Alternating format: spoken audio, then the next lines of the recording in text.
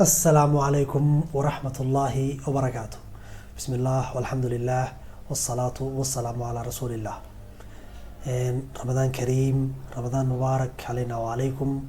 دمانتين وحن إذن رجينيا إنه هنقوي كفايدة استخير كي تبريك بركاتك إلى هاي بشعب بركيسان رمضان. مدام اللي يدي وحلقوا قادنا يا أونلاين كلاسز كي أفضل أدونك كوهبستي أوجد oo inagu kaliftay inaynu galno gap iyo hakis maadadeeni geographic information system ama GIS ahayd waxaynu ku qaadan doonaa online baynu ku qaadan doonaa usbuucyada iyo weekska soo socda 4 usbuuc ilaa 5 usbuuc ee soo socda. markaas waxaan rajaynayaa insha Allah waxaad su'aal qabtaan inaad igu soo diri kartaan platformka Google Classroom ama WhatsApp groupka aan leenahay ama Gmail-kayga oo aad haysaanba. gaabkaas dhacay awgiis waxaan u baahanahay inaynu sameyno recap aynu sameyno guud ahaan waxaynu soo qaadanay 3 bilood hore damo bil gaabi nagu dhacday tay tahay theoretical part of the course ama ay tahay practical aspect ki iyo qaybtii practical ka ahayd ee course-keena. waxaynu eegi doonaa marka koobaad GIS waxaynu ka soo qaadanay semesterka bilowgiisii ilaa intii fasaxa ayda aan gelin. qaybta koobaad aynu eegi doono introduction-ka inagoo isbarbar dhigi doono waxay tahay data maxay kaga duwan tahay information-ka iyo data iyo information iyo knowledge maxay tahay cilaaqada ka dhaxaysa. data horta waa wax aan macno badan sameyneynin. datadaasi oo ah just text ama numbers ama figures ama pictures meel ku yaala number meel ku yaala oo unprocessed oo aan la process kareynin. computerka waynu naqaanay computerku wuxuu ahaan jiray data dadna waxba la process kareyn jiray waxay soo bixi jirtay information waxa aan la process kareyn numberskaas tagaskaas aan macnaha badan sameyneynin ayaa waxa la yiraahdaa data. datadu waa very important maadaama ay tahay the raw material-ka aynu ku shaqeynayno. haddii aynan data haysanin datada aynu haysanaa haddii aanay ahayn weliba mid saxsan oo updated oo consistent oo accurate information-ka inoo soo bixi doona markaynu process kareyno datadaasi wuxuu isla noqon doonaa mid qaldan. sidaa daraadeed it's very important waxa muhiim ah inaynu ogaano inay datadu tahay waxa ugu muhiimsan ee uu ku shaqeeyo GIS system. haddaba datadu tusaale ahaan 2015 waa number meel ku qoran.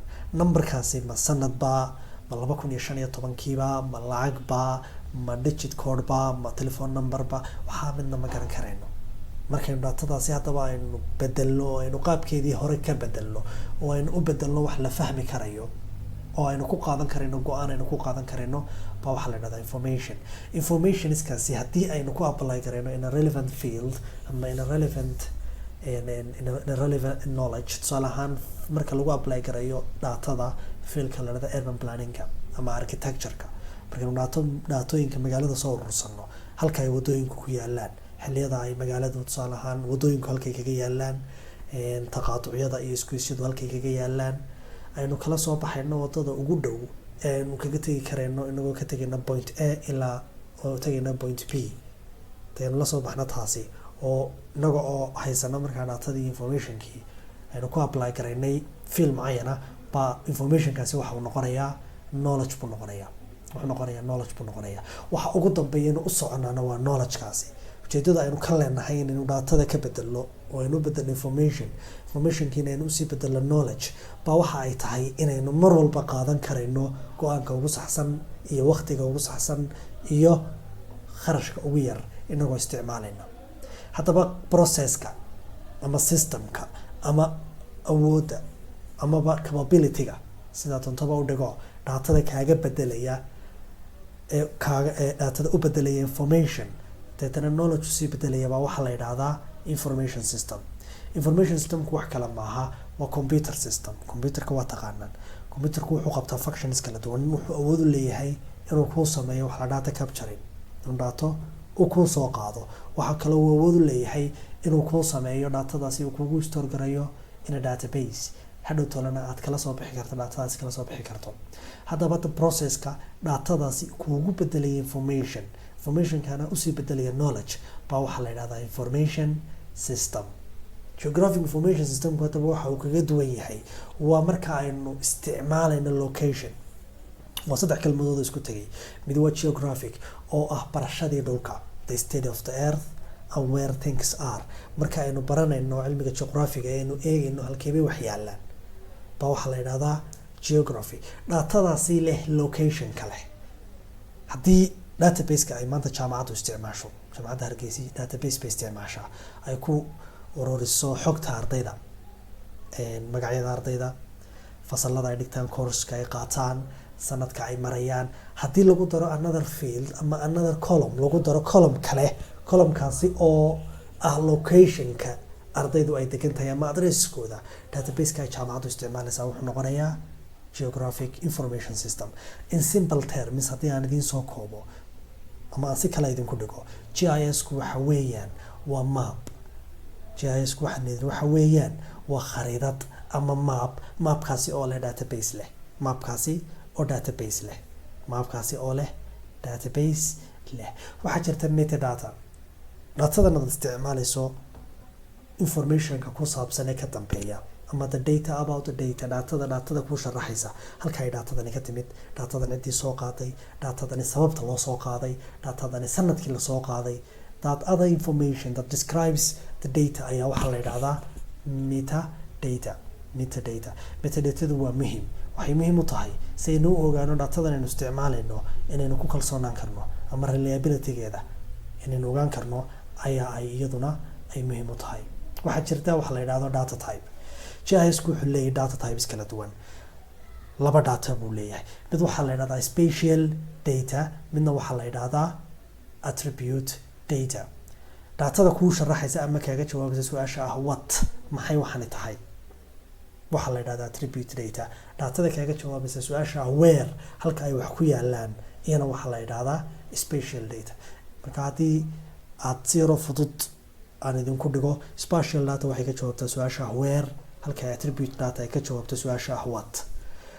jaamacadda Hargeysa halka ay maanta ku taallo, location-ka ay ku taallo oo ah tusaale ahaan 4996, longitude-ka iyo latitude-ka 9644, location-ka ama datada noocaasa waxaa loo yaqaanaa spatial data.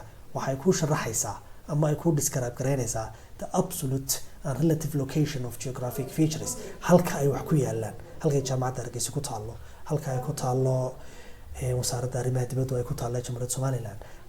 waxa datada ku sharaxaysa location-ka baa waxaa la yidhaahdaa spatial data.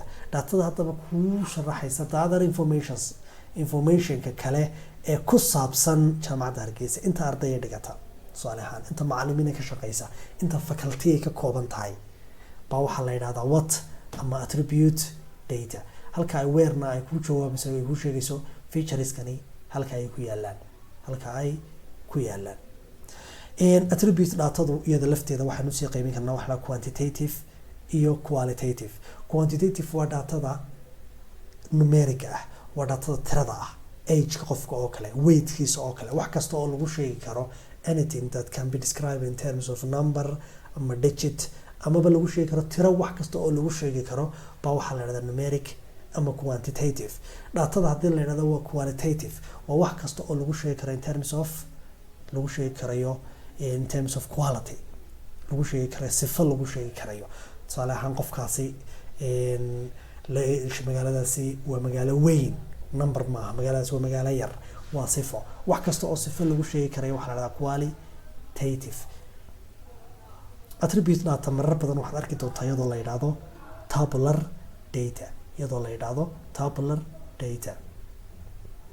data model waxaan soo sheegnay inay jirto waxa data type. data typeska waxaynu waa laba, waa spatial data iyo attribute data. spatial datadii ayaa waxay leedahay waxa data models. data modelskaasi ayaa waxay u kala baxaan laba qaybood. mid waxa la raster, midna waxa la yiraahdaa factor. factor data waa datada geometric-gii mathematics-ka aad ku soo qaadateen ee caanka ahaa. waxay u kala qaybsami jireen waa point, waa hal point oo meel yaala oo leh x and y, leh x and y, ma single x y and coordinate. haddii la isku daro dhowr point oo la isku xiriiriyo dhowr pointig waxay noqonayaan line bay noqonayaan. Linekaasi wuxuu leeyahay meeluu ka bilaabmo oo starting point, wuxuu leeyahay meeluu ku dhammaado oo ending point. waxaanu sheegnay oo kale inuu leeyahay direction, at the same time inuu leeyahay magnitude. haddii dhowr line la isku soo xidho waxa ay noqonaysaa area ama polygon. simple vector data, any feature kasta oo dhulka dushiisa yaala waxaad ka soo qaadaa inaad buur dusheeda taagan tahay tidna ay magaalada Hargeysa ay ku muuqato. featureska ku muuqda haddii ay yihiin dhismayaal, haddii ay yihiin wadooyin, haddii ay yihiin meel ay biyo ku jiraan oo ceelal ah, dhammaantood waxaad ku muujin kartaa haddii aad istiraado qor ama sawir ka dhig ama map ku samee. waxaad ka dhigi kartaa waxa la yidhahdo vector data. meelaha pointyada ah ee dhismayaashu ku yaalaan waxaad ka dhigi kartaa points baad ka dhigaysaa oo buildings oo kale ah. meelaha elelooyinka ama webiyadu ay maraan ama wadooyinka waxaad ka dhigi kartaa line. halka meelaha areada ah ee aad xisaabin karayso volume-ka iyo circumstance-ga iyo parameter-kooda aad xisaabin karto aad ka dhigayso polygon aad ka dhigayso. waxaynu sheegnay inay jirto data modelsku vector iyo raster. rasterku waa qaab sawir ahaan oo kale ah oo aynu u muujinayno featureski dhulka dushiisa yaalay.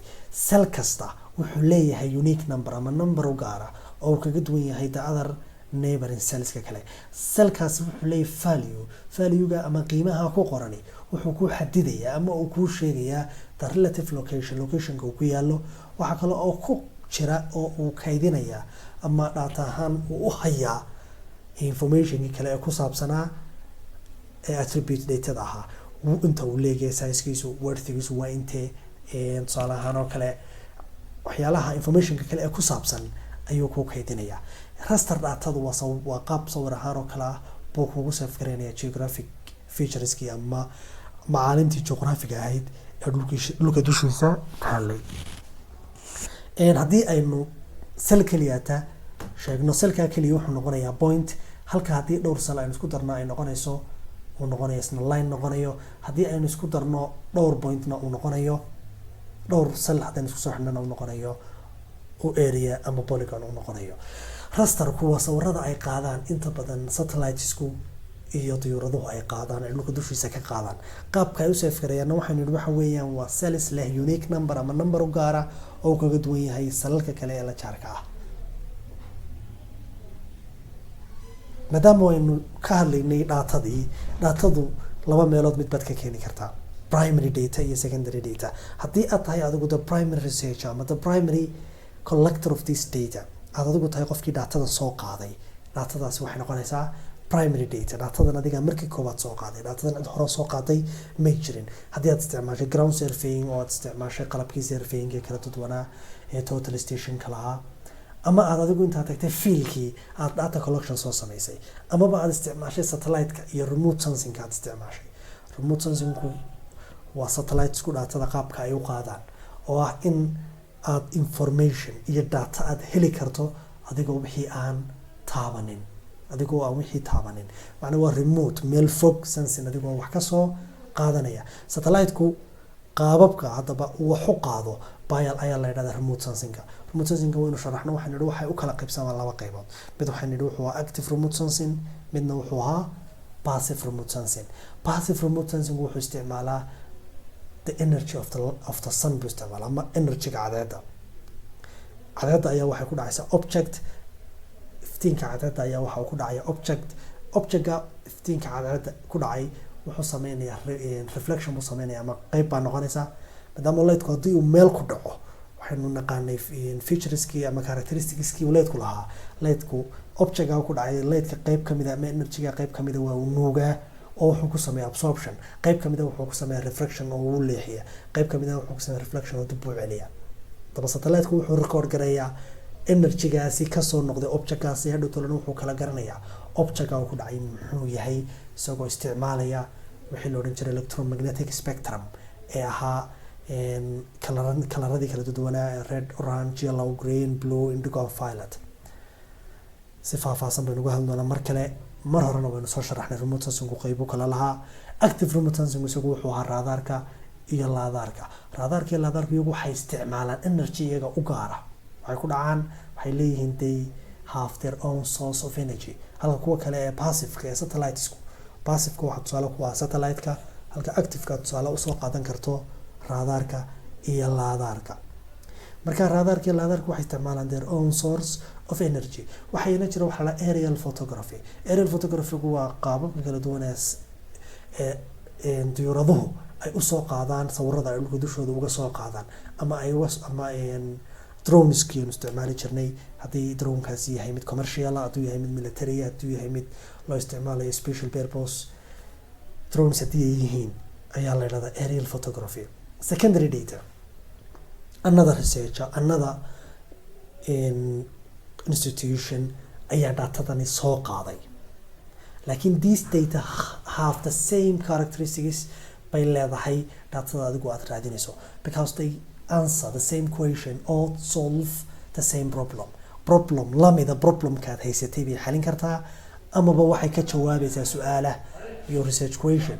so iyo secondary data waa datada uu qof kale soo qaaday ama institution kale soo qaaday ayaa la yidhahdaa secondary data. waxaa jirta data quality. datada markaynu joogno way kala quality badan tahay. datadaasi qualitygeeda qaababka loo sheego waxaa kamid ah scale-ku waa inta GIS data quality-gu ama scale-ka markaynu ka hadlayno, maapkaasi wuxuu leeyahay scale buu leeyahay. intee millimeter ba maapkani warqada iga muuqda uu kala mid yahay intee oo kilometer oo hadda actual earth. halkii centimeter warqadani ama halkii millimeter warqadani wuxuu la mid yahay 200 kilometer oo ah dhulka dushiisa. haddaba haddii scale-ku weyn yahay, maapkaasi waa maap yar. haddii scale weyn aynu isticmaalno, tusaale magaalada Hargeysa waa magaalo yar area ahaan, sidaa daraadeed scale-kaynu isticmaali doonaa wuxuu noqon doonaa scale weyn buu noqon doonaa. maapku haddii uu yaryahay waxaad isticmaalaysaa baan kuri scale weyn. haddii uu maapkaagu weyn yahay, tusaale ahaan Somaliland oo kale, Somaliland waa area weyn, sidaa daraadeed scale-kaad isticmaalaysaa wuxuu noqonayaa scale yar. waa isku cagsi. scale-kaagu haddii uu weynaado, macna maapkaagu waa maap yar. scale-kaagu haddii uu yaraadana, maapkaagu waa maap weyn. waxaa jirta wax la precision and resolution, ama diqa iyo resolutionkii. waxaanan anigu sheegayo exactly, waxaanan ka hadlayo precisionkiisu ama diqadiisu waa intee in leeg buu saxsan yahay. tusaale ahaan GPS device baan haystaa. GPS device-kaygaasi haddii aan doonayo inaan soo qaado location-kayga oo uu siinayo uu qalad 10 jeer baan record gareeyay. markii koobaad wuxuu siiyay 10, markii labaad wuxuu siiyay 11, markii labaad wuxuu siiyay 10.5. haddii uu u dhow yahay ama uu u dhow yahay meesha ugu saxsan mar walba, waxaa la odhanayaa waa precision. haddaba haddii uu siinayo mar walba number ka duwan, mar wuxuu siiyay 10, mar wuxuu siiyay 5, mar wuxuu siiyay 20, mar wuxuu siiyay 50, mar wuxuu siiyay 60, maapkaasi maaha maap leh resolution leh ama leh precision leh maaha. precision resolution haddaan si kale idinku sheego waxa weeyaan inta uu u dhow yahay centerka, uu u dhow yahay ama uu u dhow yahay waxa aan anigu ansaxayo. numberka aan doonayo intee in leeg buu tan 10 jeer sheego, 10 jeer aan record gareeyo, 10ka jeer aan record gareeyo number noocee buu siiyay. tusaale yar fudud aan idinku sheego miisaan oo kale. miisaan baan ku istaagay. miisaanku markii koobaad wuxuu siiyay 70, markii labaad wuxuu siiyay 90, markii saddexaad wuxuu siiyay 100, markii afraad wuxuu siiyay 150. maapkaasi miisaankaasi ma aha miisaan precise ah, ma aha mid siinaya number isku mid ah markasta oo aan ku istaago. ka soo qaad markii koobaad aan ku istaagay wuxuu siiyay 200, markii saddexaad wuxuu siiyay 200, markii saddexaad afraad wuxuu siiyay 10 jeer baan ku istaagay, 10 ka jeer wuxuu siiyay 200. waxaan leenahay waa precise. baalkaas wuxuu siinaya wax isku mid ah markasta oo aan ku taaba qaldanaadee. laakiin accuracy markaynu ka hadlayno, accuracy-gu waa inuu mar walba uu saxsan yahay. mar walba waxa aan baarayaa ay yihiin wax saxsan. lineage-ku waa abtirsiinta iyo silsilada uu soo martay datadani soo martay. qofkii koobaad datada soo qaaday, qofkii datadani computer-ka geliyay, qofkii datadan analysis-ka ku sameeyay oo u bedelay jadaawisha iyo graphics-ka u bedelay. lineage-kaasi data quality-ga iyada lafteeda waa u muhiim. currency waxa weeyaan waa datadan inay ahaato data updated oo ah data ka turjumaysa the current point in time, waqtigan hadda aynu joogno. documentation or metadata datada kuu sharaxaysa datada ee kuu sheegaysa datadani cidda soo qaaday, datadan sababta loo soo qaaday, datadani goorta la soo qaaday.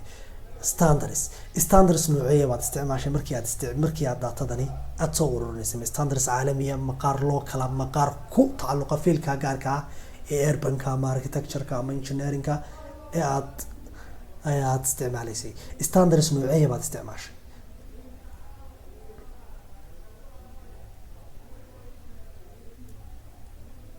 data sources, GIS data sources way fara badan yihiin. waxaanu qaybinaa laba qaybood. qaybaynu waa spatial data iyo qaybaynu waa maxay, waa attribute data. spatial data waxaa kamid ahaa analog mapiskii ama maapabkii hard copy-ga ahaa, aerial photography-gii, satellite image-kii, ground surveying-kii, GPS-kii iyo existing digital data. mid baynu u dul istaagi doonaa sourceska kala duwan ee ay leedahay GIS data. ta koobaad waa analog maps, waa hard copy maps, waa maapabka hard copy-ga ah. maapabkaasi oo ah maapabkii hore ee traditionalka ah ee warqadda ku samaysnaa, hadday yihiin qaar satellite image daabacana, hadday yihiin qaar diyuurada ay qaadeen oo printed ah, hadday yihiin master plano laakiin printed ah oo daabacan, haddii ay yihiin ayaa la yidhahdaa waa analog maps. analog waa wax kasta oo aan ahayn digital. mapsku in general laba aynu qaybinay, waxaynu qaarna waa hard copied analog maps, qaarna waa maxay, waa digital maps. maapabka haddaba gacanta lagu qoro ama la daabaco ayaa waxaa la yidhahdaa analog maps. waana very important data source of GIS. orthophoto waa sawirada ay qaadaan dronesku iyo diyuuraduhu ay qaadaan. maadaama aynu nidhi GIS-ku laba qaybood buu kala baxa. mid waxaa la yidhahdaa geometric, midna waxaa la yidhahdaa mid wuxuu ahaa geometric oo wuxuu lahaa x iyo y coordinates buu lahaa. oo marka aynu doonayno inaynu sameyno, midna wuxuu ahaa Cartesian model. oo geometricgii markaynu u bedelayno, aynu Cartesian model u bedelayno, aynu xisaabino from point A to point B, there should be a point. waxaa jiri doonta qayb kamida graphkeenan ama qayb kamida tablekeena oo noqon doonta ama ku dhici doonta the negative part of your map. qaybta negative-ka ee map. waxay daradeed waxaad u baahan tahay inaad saxdo, inaad geometrically saxdo oo aad ku sameyso process kale oo rectified. in general orthophotosku waxa weeyaan waa sawirada ay diyuuraduhu qaadaan ama ay qaadaan dronesku ay qaadaan. satellite imagesku waxaanu qaybin doonaa laba qaybood. qaar waxaa la yidhahdaa waa black and white oo waa kalarkii cadaan iyo madow oo wax kalara kuma siinayaan.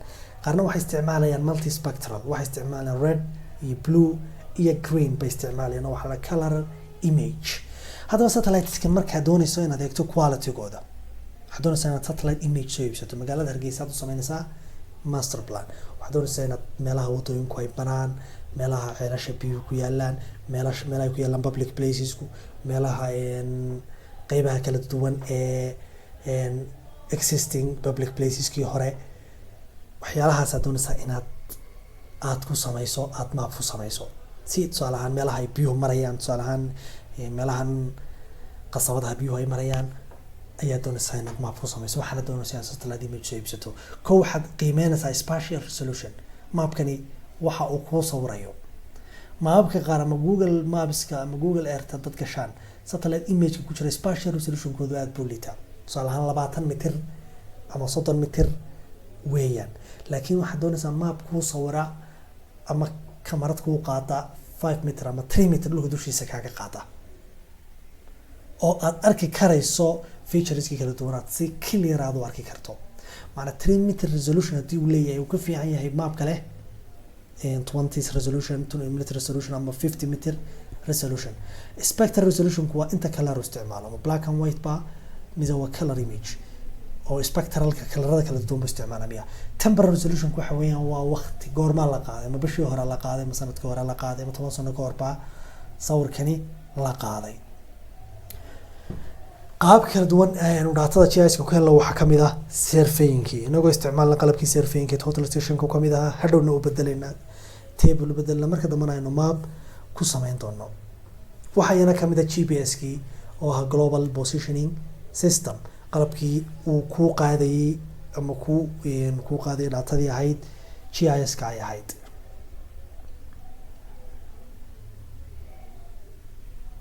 GIS systemku markaan GIS systemka joogno waxaynu qaybinaa laba qaybood, mid waa components iyo functions. wuxuu leeyahay components at the same time wuxuu leeyahay functions. componentska GIS-ka waxa kamid ah inuu yeesho hardwarekaasi ahaado mid desktop GIS ah, ha noqdo mid server GIS oo shirkadu isticmaasho, ha noqdo mid online GIS ah oo software as a service ah oo aanad u baahnayn inaad iibsato hardware iyo software midnaba, laakiin aad leedahay username iyo account aad ka gasho aad internetka ka gasho.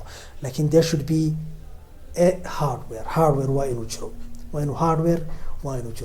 waxaa jira iyana softwareka waxaynu qaybinay laba qaybood. mid waxaa la yidhahdaa open source software oo software bilaasha oo ay sameeyeen dadka kala duwanay, licenseskoodu uu yahay free, aan wax lacag lagaa qaadayn haddii aad wax ka bedelayso iyo haddii aad isticmaalaysaba. iyo commercial software, soo software lacag aad ku bixinayso oo license oo copyright leh oo ay shirkadii samaysay ama uu qofi sameeyay uu lacag ku rabo oo doonaya inuu kaga ganacsado. hardware iyo software waxaa jira iyana datadii oo ah mashiinkii ama shidaalkii uu ku shaqeynayay GIS systemku. waxaa kamid ah people iyo dadkii ka shaqeynayay, dadkaasi ha noqdaan dadkii datada soo ururinayay, ha noqdaan dadkii datada computerka gelinayay, amaba ha ahaadaan dadkii hadhow la go-aanka ka qaadanayay ee ah decision makerskii loo soo bandhigayay resultska. waxaana jira methods ama standards, methods international isticmaal ama qaar loo kale oo wadanka gudihiisa isticmaal ama qaar isticmaal fiil gaara u gaara ah. methodsku iyada laftoodu waa component muhiim ah oo kamid ah GIS-ka.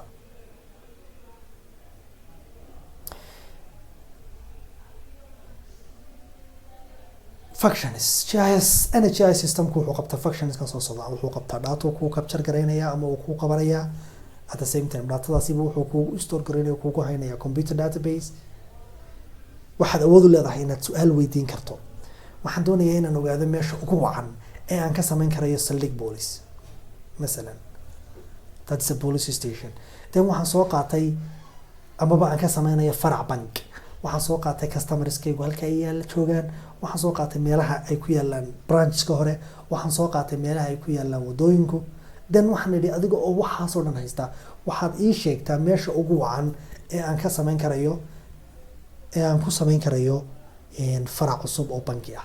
saa daraadeed wuxuu leeyahay capability-ga ah inaan su-aal weydiin karayo, dadna weydiin karayo, u jawaabi siin karayo. waxaan ku samayn karaa analysis oo aan u bandhigi kara oo aan ka dhigi kara jadwal ka dhigi kara graph ka dhigi karaya. ugu dambeyntii wuxuu ii sameynaya display oo wuxuu iigu tusayaa map ahaan ama khariidad ahaan ayuu iigu tusayaa resultskaygii oo output ahaana. functionkaas kala duwan ayuu inoo qabtaa GIS system. intaa hore waxaanu kusoo qaadanay ama aynu ku sameynay recap qaybihii hore in general. haddii aydun ilowdeen ama tusaale ahaan oo kale refreshment aydu ku noqoto wixii aynu soo qaadanay qaybtii hore ee theory ahaa. qaybaha soo socda waxaanu ku qaadan doonaa qayb practical oo aynu isku dayi doona inaynu sameyno map inaga oo ku sameyna dhammaan essential elementskii map u lahaa, editing datadii inaynu edit gareyn karno, inaynu sameyn karno digitization aynu lecture ku qaadan doono, management ama data management in GIS aynu lecture ku qaadan doono, iyo georeferencing oo iyadana aynu ku qaadan doono iyana lecture aynu ku qaadan doono.